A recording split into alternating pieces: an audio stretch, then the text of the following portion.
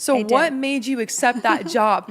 Allie, I tried to turn that job down. Are you serious? Multiple times. The View, where diverse opinions go to die and conservative hosts go to cry. At least that's what ex-host Candace Cameron Bure is claiming in her tell-all expose that's got Hollywood buzzing louder than Whoopi Goldberg's stomach after a bad burrito. Bure paints a picture of The View that's less girl power and more Mean Girls, the menopausal years. From forced political debates to behind-the-scenes bullying, this story's got more drama than a Trump tweet storm at 3 a.m. Before we move on, I'd like to ask you a small favor. If you appreciate this content, please take a second to like this video and subscribe to the channel. Over 98% of you watch the videos without subscribing. It costs you nothing, but it makes a huge difference to us. So did you click the subscribe button? Great, thank you so much. Now, back to the video. Yeah, there's usually like one token conservative. So I was that conservative for 2 years on this show. But going into it, you knew that you were going to be that kind of token target. Yeah. Candace Cameron Bure, our girl, believed she was entering a small, intimate chat show. She was going to have a rude awakening, boy. Imagine this. Just off the set of Fuller House, little Candace skips into The View as if everything will be sunshine and unicorns. She was going to be the conservative punching bag in a liberal boxing match, and poor thing didn't know it. You would think that a show called The View would genuinely want different points of view, but I'm not sure. But no, as it happens, they were more concerned with using Candace as a political pawn. Can you picture her expression when she learned she was there to discuss foreign policy with Whoopi Goldberg rather than to discuss her most recent Hallmark film, A Deer in Headlights, huh? That whole show started and it's called The View because it's supposed to be 5 different viewpoints.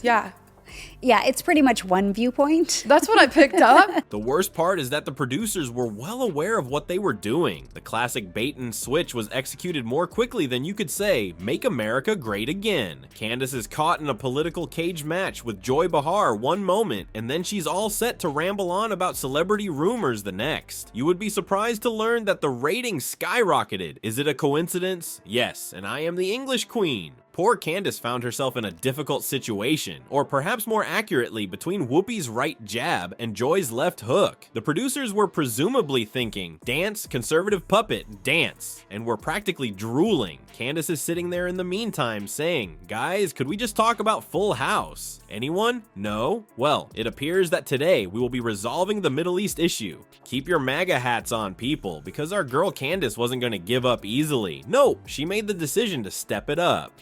By level up, I mean that she became an expert in political analysis. This woman began studying as if it were Harvard Law School finals week.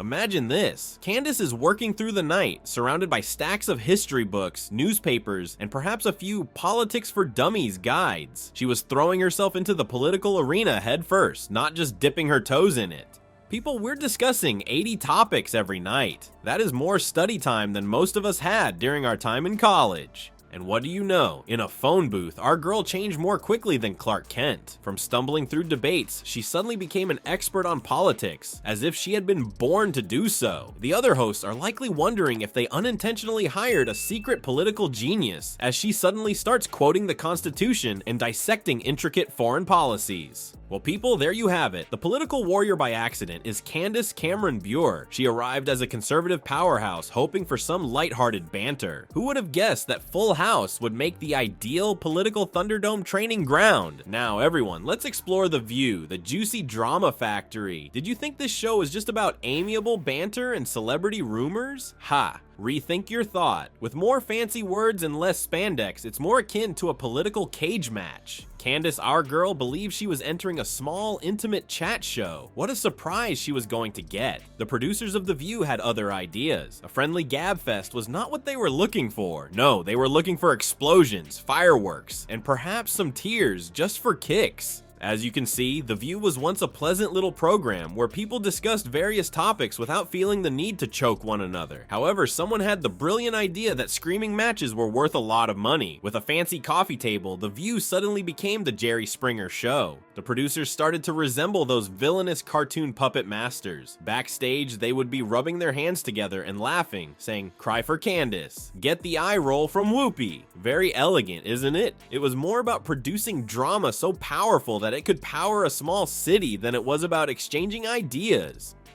Oh, poor Candace.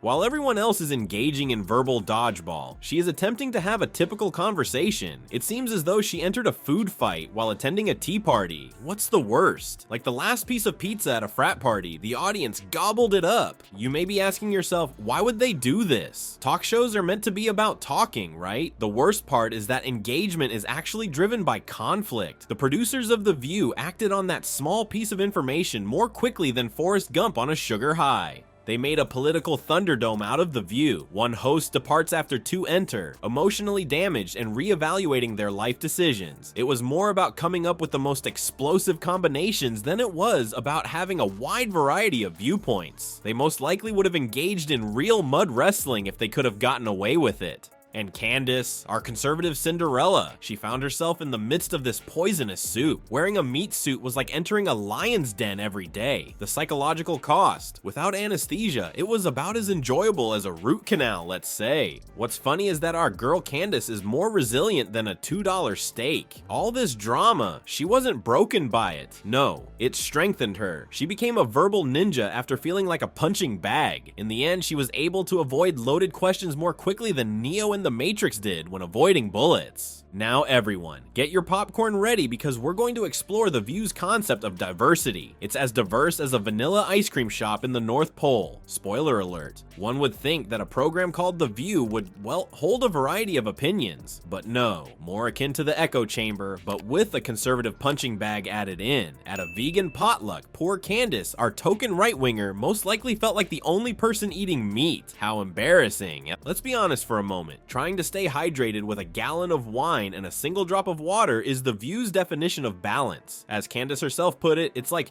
putting one drop of water in a gallon of wine and calling it hydration. Aw, that is an actual forest fire, not just a burn. Imagine this, our brave conservative heroine, Candace, attempting to make a point during a debate. It's similar to watching a soccer team with just one woman play against a team full of liberal goalkeepers.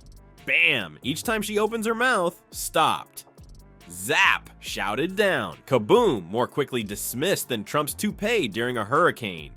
Folks, here's the real deal. This goes beyond just hurting poor Candace's feelings. Nope, the entire show is being negatively impacted by this lack of genuine diversity. It's as if they're attempting to make a balanced meal out of just flour. Warning, it will taste like cardboard and no one will return for more. You see, you don't get a debate when you have a group of people who share the same opinions. A cheerleading squad is coming your way. A group of liberals patting each other on the back is about as exciting as watching paint dry in slow motion, let's face it. But there's still more. In addition to being dull, this one-sided snooze fest is detrimental to our brains. True diversity in the media promotes better conversations, according to research. People, it's like mental CrossFit. However, The View, they didn't see that memo. With their comfortable liberal bubble and occasional conservative remark to Candace, they are more akin to the couch potatoes of political discourse. I understand your thoughts now. However, a conservative is on the show. Isn't that diversity? Oh, sweetheart, saying you have a diverse fruit basket because you included one sad, bruised apple with your 500 bananas is equivalent to that. Nobody is fooled by it, with the possible exception of the most blind bats. The actual kicker? In actuality, this entire setup is making everyone less intelligent. We're all just sitting in our own little echo chambers, growing more and more stupid every day if there isn't any real back and forth or real opposition to ideas. We all seem to be gaining brain fat as a result of The View's mental junk food. Let's wrap this up like a political drama burrito, okay? The View is more about views that will make you say, ooh, pass the popcorn, than it is about views that are different. The conservatives are essentially wearing a kick me sign, and the debate is more like a meticulously planned cage fight.